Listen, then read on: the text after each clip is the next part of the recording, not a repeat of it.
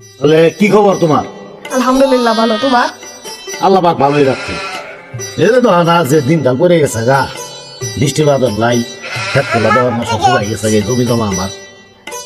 গরিবের দিন এরকমই কেনবো হ্যাঁ, কি করা যাবো, আল্লাহ যেটা ভালো নেই।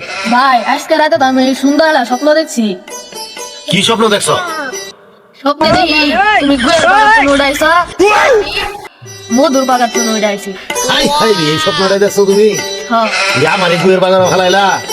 স্বপ্নে আয় বসে এখন কি করবো আমি? হ্যাঁ, ভালাই দেখছো, আমার কথা বলতে ভালাই, তুমি ভালো বলতে পারছো না, ভালাই করছো। এই হুন হুন হুন হুন হুন হুন হুন, কি হয়েছে ভাই? কি করবেন বল?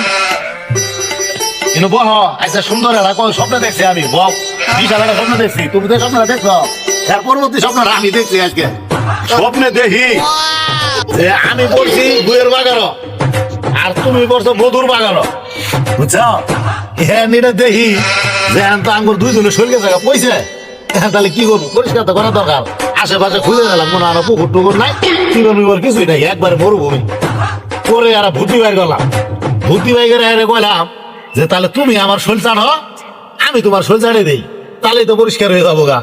করে তুমি আমার শরীর চাটলা আর আমি তোমার শরীর চাড়িয়ে দিলাম, বুঝছো?